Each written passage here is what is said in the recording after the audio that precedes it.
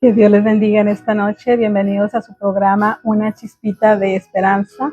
Me da mucho gusto volver a saludarles por estos medios y muy agradecida con Dios por este día que nos ha dado y por poder estar conectados ahí con ustedes. Antes de empezar, como les he dicho siempre, y lo voy a seguir diciendo, creo en un Dios que hizo los cielos y la tierra. Y antes de empezar, quiero darle las gracias por este día, quiero darle las gracias por mi vida, por la vida de cada uno de ustedes, y aquellas personas que gustan acompañarme a orar, pueden hacerlo. De igual manera, aquellas personas que no creen, yo le respeto su creencia, respeto su fe, igual que sé que tú vas a respetar lo que yo creo, y en la fe en que yo tengo confiando, sé que lo vas a respetar también. Y antes de empezar, lo que vamos a estar leyendo en esta noche, quiero darle gracias a Dios. Voy a orar. Padre nuestro que estás en los cielos, en esta hora, Señor, te amo. Gracias por este día que nos has dado. Gracias porque tus misericordias son nuevas cada mañana, y a ti te ha placido, Señor, que este día lo hayamos disfrutado. En esta hora te doy gracias por aquellas personas que están ahí conectadas, Señor, por aquellas personas que van a ver este video después también, Señor. Te pido por ellas, Señor, que todo lo que se haga aquí, Señor, sea simplemente para bendecir nuestras vidas, Señor, para fortalecernos en la fe en que hemos creído, Señor, y para que aquellas personas, Señor, que no han recibido el mensaje de salvación, las buenas nuevas, Señor, sea el instrumento que tú uses, Señor, para que ellos también puedan tener esa esperanza y que ellos también puedan tener ese mensaje de salvación, porque esa es tu voluntad y tu voluntad siempre es perfecta. Muchas gracias por todo lo que tú has hecho en cada vida, Señor, y aquellas personas que tienen necesidad de diferentes maneras, Señor, y que se unen en esta oración. Te pido por ellas, Señor, que tú tomes el control en cualquier área de su vida, Señor, porque creemos en un Dios maravilloso, Señor, y los que hemos confiado en ti nos sometemos a tu voluntad, esperando, Señor, que tú siempre, Señor, cumplas lo mejor para nosotros. En el nombre del Padre, el Hijo y el Espíritu Santo. Amén. Saludos a los que están allí conectadas, y hoy en este programa vamos a estar viendo lo que es el Nuevo Testamento. La vez pasada estuvimos viendo lo que fue el Antiguo Testamento, y hoy voy a estar leyendo lo que es el Nuevo Testamento. Y para las personas que conocemos los libros o que estamos yendo a la iglesia y luego a veces nos dicen, pues busquen en tal libro, es muy importante, ¿verdad?, saber dónde se encuentra el libro y si es del Antiguo Testamento o si es del Nuevo Testamento, porque a veces pueden decir, cuando no sabemos, ¿verdad?, pues que en Mateo 24:1 y andamos acá al principio, o que dicen Génesis y andamos acá al final. Pero cuando ya conocemos dónde se encuentra cada libro, es más fácil, ¿verdad?, para identificar dónde buscarlos. Así que en esta noche quiero compartirles lo que es el Nuevo Testamento. El Nuevo Testamento inicia desde que empezó el nacimiento de Jesús. Antes de que, cuando Jesús nació, pasaron 400 años de silencio. ¿Se acuerdan que en el Antiguo Testamento hubo profetas que Dios usaba para hablar al pueblo de Israel, para darles un mensaje o para darles advertencias, órdenes, mandamientos, etcétera, etcétera? Así también en el Nuevo Testamento pasaron 400 años donde hubo un silencio total, donde no hubo profetas. Imagínense, 400 años que no había profetas.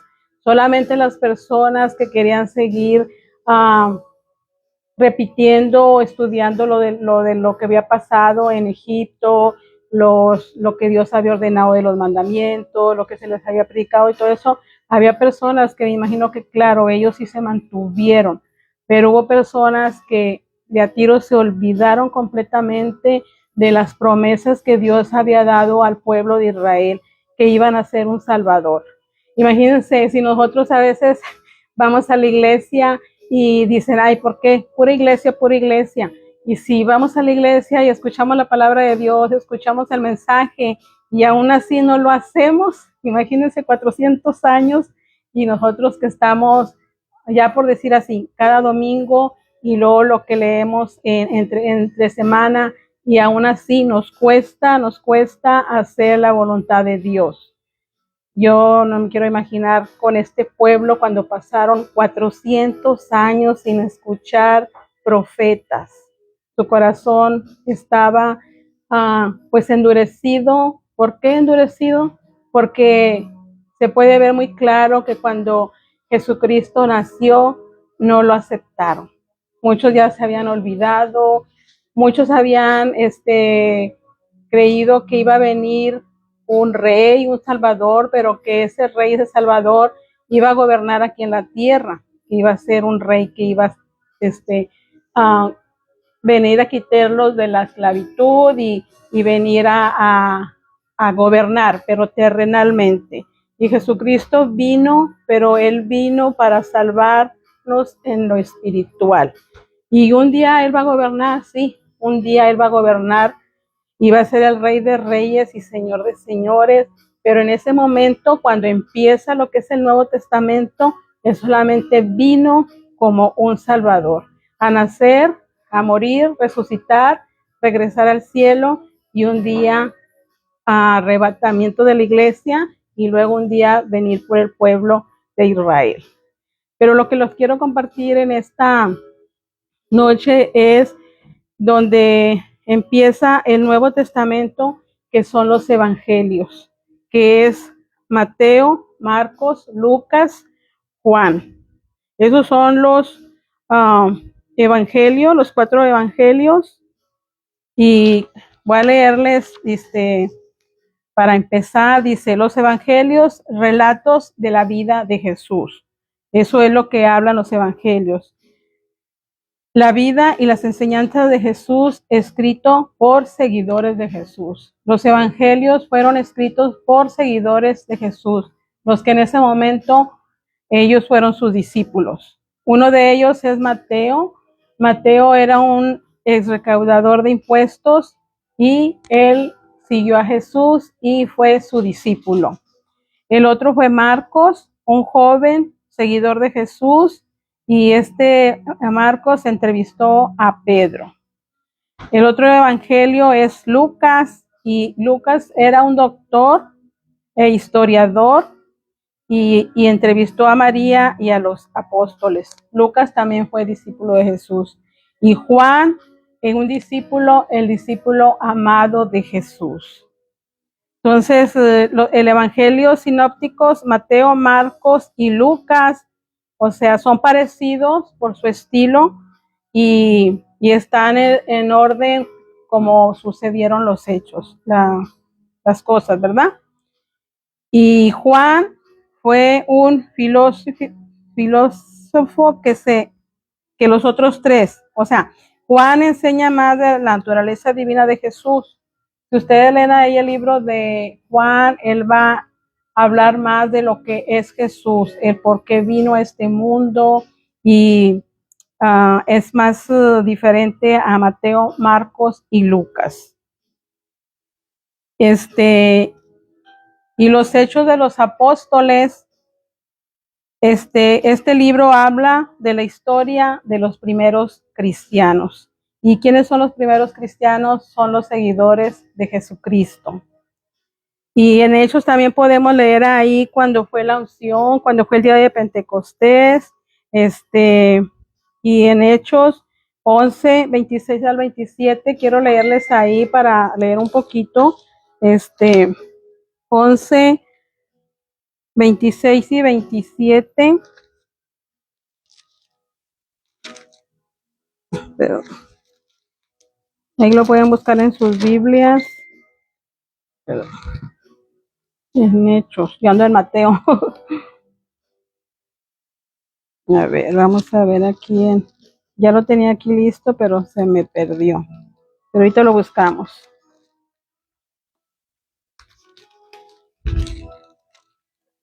Hechos 11, 27.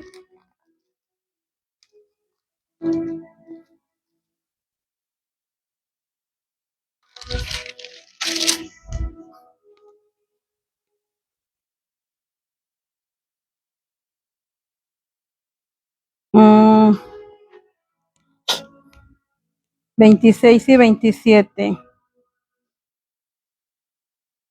Dice, y se congregaron ahí todo un año con la iglesia y enseñaron a mucha gente, y a los discípulos se les llamó cristianos por primera vez en Antioquía. En aquellos días unos profetas descendieron de Jerusalén a Antioquía. Aquí en este versículo podemos leer cuando se les llamó por primera vez cristianos a los que seguían a Jesús. Y luego vamos a estar leyendo las cartas. ¿Cuáles son las cartas? Empezando de la epístola de Pablo, Romanos, Primera de Corintios, Segunda de Corintios, Gálatas, Efesios, Filipenses, Colosenses, Primera de Tesalonicenses, Segunda de Tesalonicenses, Primera de Timoteo, Segunda de Timoteo, Tito y Filemón. Filemón. Estas cartas las escribió el apóstol Pablo. Imagínense, yo digo, después de él haber perseguido a los cristianos, cuando él los perseguía para encarcelarlos, para matarlos, porque él estaba en contra de Cristo, y cuando Cristo hace ese gran milagro, ¿no? Que se le apareció y él se convirtió.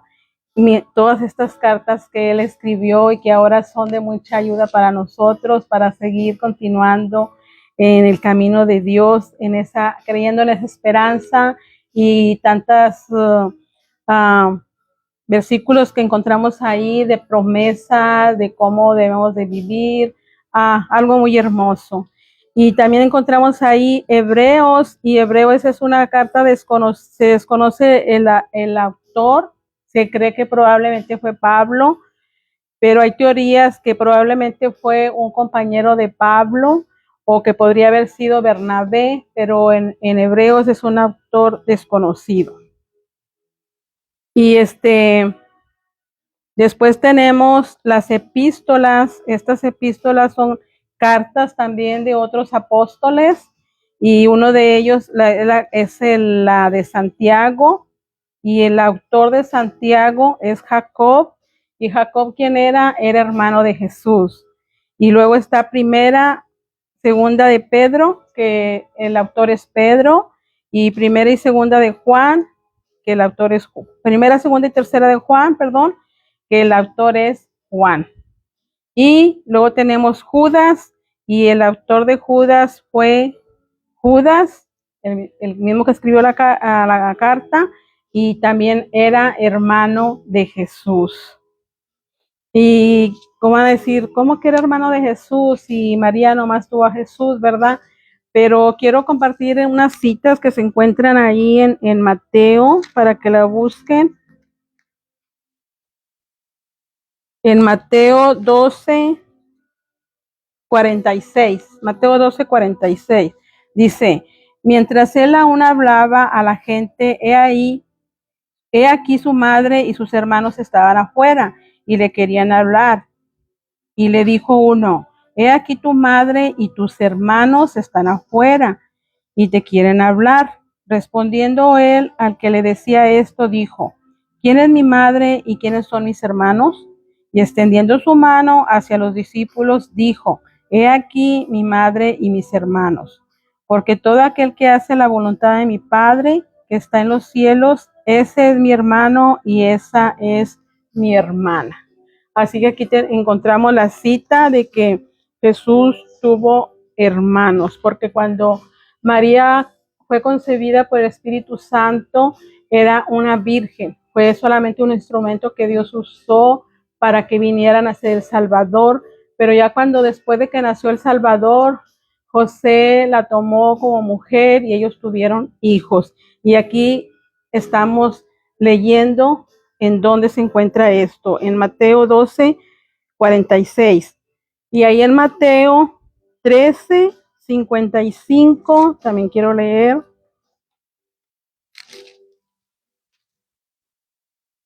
(13:55 al 57) dice, bueno, le voy a leer desde el 53, dice Jesús de Nazaret. Dice, aconteció que cuando terminó Jesús estas parábolas, se fue de allí. Y venido a su tierra, les enseñaba en las sinagogas de ellos, de tal manera que se maravillaban y decían, ¿de dónde tiene esta sabiduría y estos milagros? ¿No es este el hijo del carpintero? ¿No se llama su madre María y sus hermanos Jacobo, José, Simón y Judas? ¿No están todas sus hermanas con nosotros? ¿De dónde pues tiene todas estas cosas? Y se escandalizaban de él, pero Jesús les dijo, no hay profeta sin honra, sino en su propia tierra y en su casa. Aquí leemos en estos versículos que él tenía hermanos y también tenía hermanas. Así que si quieren ustedes buscar ahí en su Biblia, lo pueden hacer porque, como les he dicho en otros programas, no es lo que yo digo, sino lo que dice la palabra de Dios. Y aquí están las citas. Una cosa es a veces que decimos, ay, pues vamos a suponer que pasó así, pero eso es suponer.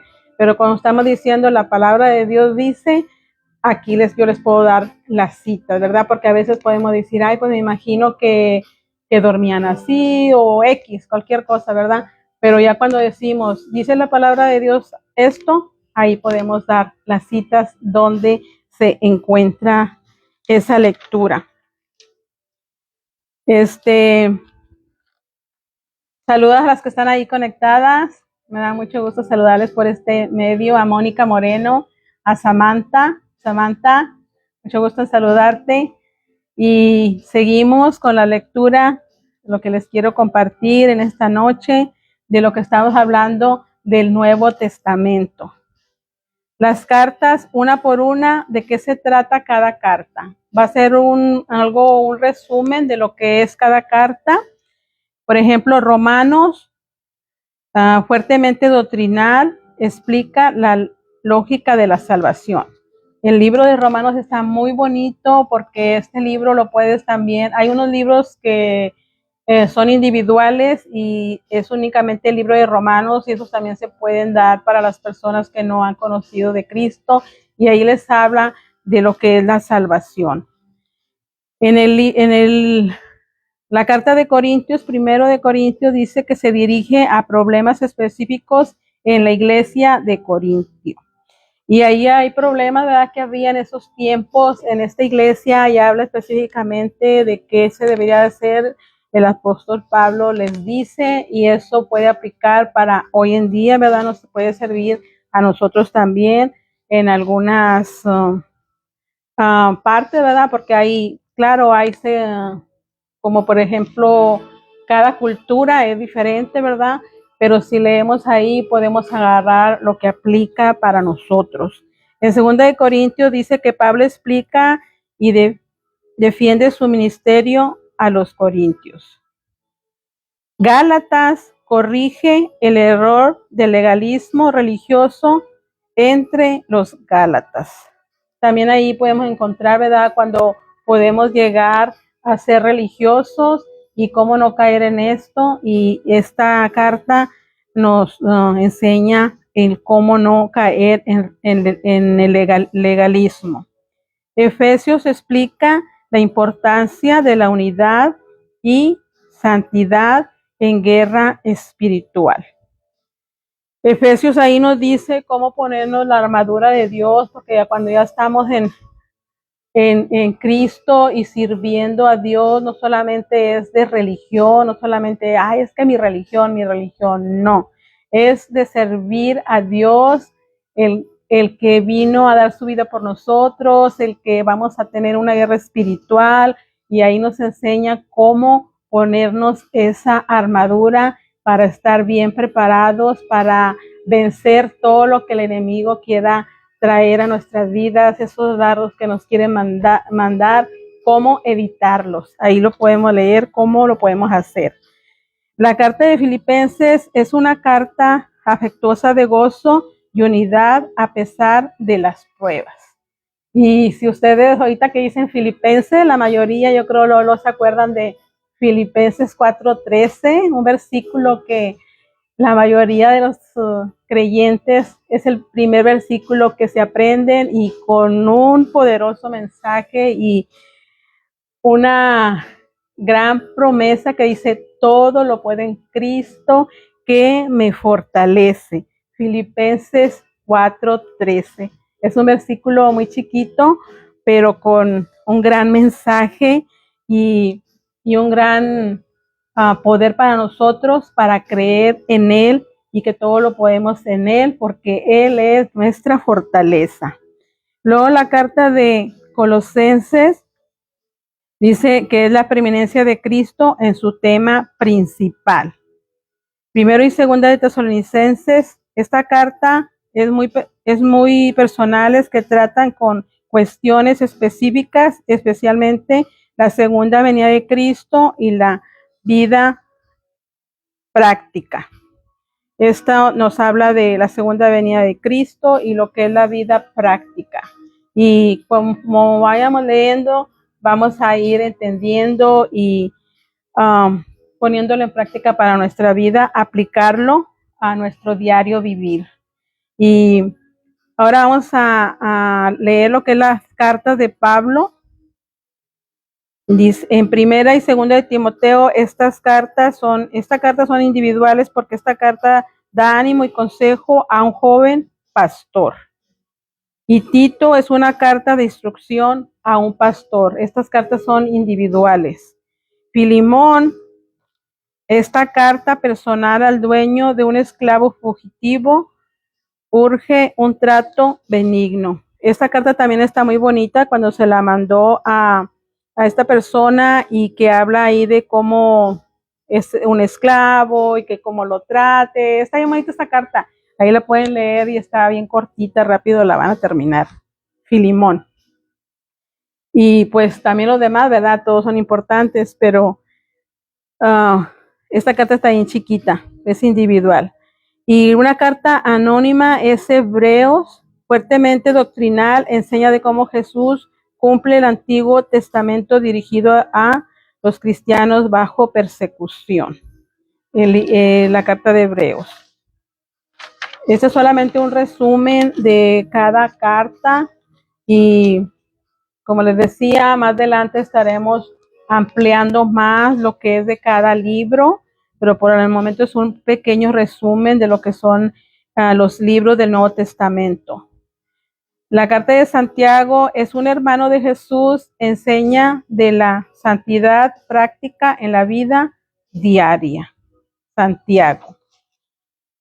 Santiago es una carta muy, muy bonita y hay un versículo que está ahí en Santiago 1:12 y dice, bienaventurado el varón que soporta la tentación, porque cuando haya resistido la prueba, recibirá la corona de vida que Dios ha prometido a los que le aman. Santiago 1:12. Y primera, ahorita por el momento ese versículo me viene a mi mente de Santiago, y primera y segunda de Pedro dice que trata del tema del sufrimiento del cristiano. Así que si en algún momento hay sufrimiento, aquí tenemos estas cartas para saber en quién hemos creído. Primera de Juan trata de las marcas de un cristiano genuino, de las marcas de un cristiano genuino en primera de Juan. Segunda de Juan, carta personal a una hermana en Cristo, enfrentando sectas. Y tercera de Juan, consejos y ánimo a un amigo personal. Y Judas, la carta de Judas, también otro hermano de Jesús, una carta breve de advertencia contra los falsos maestros. Ahí también en esa carta podemos cómo nos puede advertir para que tengamos cuidado con los falsos maestros. Y el último libro, que es Apocalipsis del Nuevo Testamento. Este libro es profecía de los últimos tiempos y la segunda venida de Jesús. Es Apocalipsis. Esto es lo que encontramos en el Nuevo Testamento. Y Ahí tenemos todo, ¿verdad? Lo que necesitamos para nuestro diario vivir. Y damos gracias a Dios porque hoy tenemos su palabra aquí, cuando por años atrás había personas que ellos no tuvieron ese privilegio. Ellos solamente, como imagínense al inicio, solamente lo que ellos escuchaban de sus padres, de sus abuelos, que les repetían lo que había pasado, ah, todo lo que les había acontecido, y solamente tenían eso grabado en sus mentes. Y nosotros ahora somos bien bendecidos porque aquí lo tenemos, se ha puesto en un libro, y para los que creemos que es la palabra de Dios, pues es de gran bendición, de gran ayuda para nuestro diario vivir. Esto es lo que es el Nuevo Testamento. Cuando Jesús vino a nacer y que hubo tantas cosas que él hizo, tantas parábolas que dio, todo lo que pasó después de que Jesús fue crucificado, murió, resucitó, se fue al cielo, todo lo que pasaron los primeros cristianos, y luego, pues no se diga Apocalipsis, ¿verdad? Todo lo que está por acontecer, es algo muy hermoso, muy maravilloso. Y nosotros que confiamos en Dios, que hemos creído en Él como nuestro Salvador, como nuestro libertador, en quien tenemos la confianza y la esperanza, el libro de Apocalipsis no nos da miedo, como tal vez algunas personas, porque sabemos que son profecías que van a pasar, pero que si nos mantenemos y acudimos a Dios, lo aceptamos como nuestro Salvador personal, vamos a estar seguros. Y no te voy a decir que el tiempo se está acabando y hazlo, apresúrate, no, porque no se trata de infundir miedo, sino que el único mensaje que quiero transmitirte es que sepas que hay un Dios que te ama, estés pasando lo que estés pasando, hayas hecho lo que hayas hecho, ese Dios de amor te ama tanto que siempre te va a estar esperando con los brazos abiertos. Como humanos nosotros podemos decir, ay no, pero, ay mira, él es esto y él es lo otro, y verlo como con ojos de desprecio porque tal vez no hemos hecho o no has hecho cosas que ellos hicieron. Pero Dios no es así, y nosotros no podemos tener ese amor y ese corazón que tiene Dios, porque nosotros somos humanos, pero Dios, que a Él le costó su vida, Él siempre nos va a estar esperando con los brazos abiertos, siempre. Y como te decía, no es decirte, hazlo ya porque el tiempo se está terminando, y si no no, que tú tengas esa fe y que tú tengas en tu corazón esa disposición de decir, bueno, si hay un Dios que me ama, si hay un Dios que vino a dar su vida por mí, a rescatarme de una condenación eterna que yo me merecía, y si Él vino a dar su vida por mí, yo lo acepto, pero que tú lo aceptes porque tú tienes esa convicción de creer en ese Salvador que te amó tanto y que dio su vida. Porque cuando nosotros, he escuchado personas que dicen, ay no, pero es que servir a Dios es bien difícil porque tienes que dejar de hacer esto, dejar de hacer lo otro. Y no, no es dejar de hacer esto y dejar de hacer lo otro, simplemente que cuando nosotros reconocemos a ese Salvador que dio todo por nosotros, por salvarnos, que, que nuestra alma no puede tener precio porque lo que Él hizo fue tan grandioso que no se podría pagar con nada. Cuando nosotros entendemos eso en nuestra mente, en nuestro corazón, por agradecimiento, vamos a obedecer su palabra.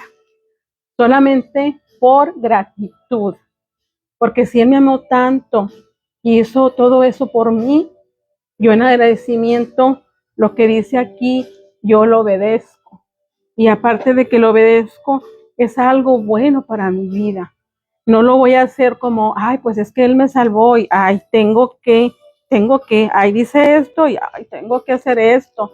No, cuando yo hago eso, que es una carga, es porque realmente no he comprendido el mensaje y el valor que yo tengo para Dios. Si hay personas que van a ver este video después y están esperando ese momento de empezar un nuevo rumbo para su vida, es el tiempo que lo hagas. ¿Por qué? Porque Dios te ama y porque estás respirando y porque si tú tienes esa disposición de que tú dices, ya basta, hasta aquí, yo no quiero más esta vida, yo quiero servir a ese Dios que me amó tanto, hazlo, hazlo y vas a ver que vas a sentir una paz, un gozo, una esperanza. En algunas personas es algo que es así rápido, el cambio y todo lo que tú sientes. En otras personas es poco a poco. No hay una manera que sea así o sea asá. No, lo importante es que des ese paso. Es todo en esta noche, lo que estuvimos hablando del Nuevo Testamento. Un abrazo a las que están ahí conectadas, que el Señor me las bendiga grandemente y que ustedes puedan ser siempre luz donde quiera que estén, como sé que lo han hecho hasta ahora. Muchos saludos y nos vemos el próximo sábado. Bendiciones. Hasta pronto.